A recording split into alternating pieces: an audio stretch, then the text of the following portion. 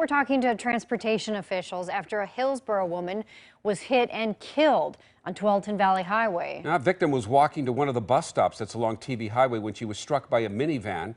Washington County authorities say the driver stayed on the scene, but people who live along that highway are asking leaders for help to make that portion of the highway safer. Jenny Young live on the story tonight, and I know you talked to some of those folks tonight, Jenny. Jeff, Jennifer, we talked to a lot of people. In fact, while we were out here shooting this story, people were coming up to us. They assumed the reason we were out here, and they were saying they are just fed up with this stretch of highway from Beaverton to Forest Grove, 19 miles of it owned by ODOT. They are saying that it is treacherous, especially for pedestrians. And you see a lot of pedestrians out here, of course, because of the bus stops. And they just want to be heard and they want it fixed.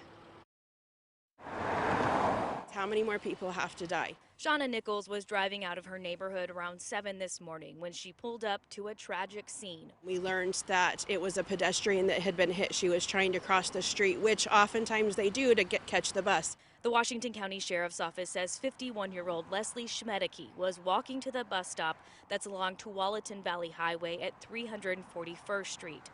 Schmedeke was hit by a minivan as she crossed the highway. She passed away at the hospital. There's no crosswalks, there's no lights, and it's just a very dangerous situation, and people are going way too fast. Nichols was one of several people who talked to us about how dangerous it is out here and how they feel like state and local officials aren't doing anything about it. It's just getting more dangerous every day. Nobody's listening. It's a bunch of politics. I think it's a shame that we still have roads like that in this region. Juan Carlos Gonzalez is the deputy council president for Oregon Metro.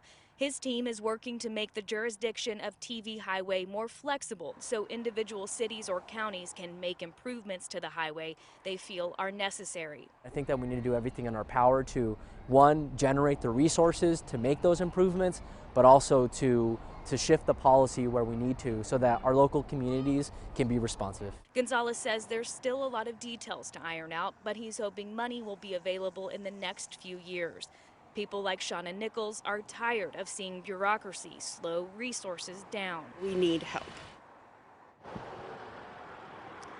So Gonzalez told us that they are hoping to have a bond on the ballot in November that will help fund some of these safety changes that need to be made. Now, as far as Leslie, that victim, we saw her boyfriend out here. He was walking around with a flashlight hoping to find the backpack she was carrying this morning. He is obviously distraught. He says she too was an advocate for safety reform on this highway. Jeff, Jennifer. Tough story all around. One will continue to follow. Thanks, Jenny.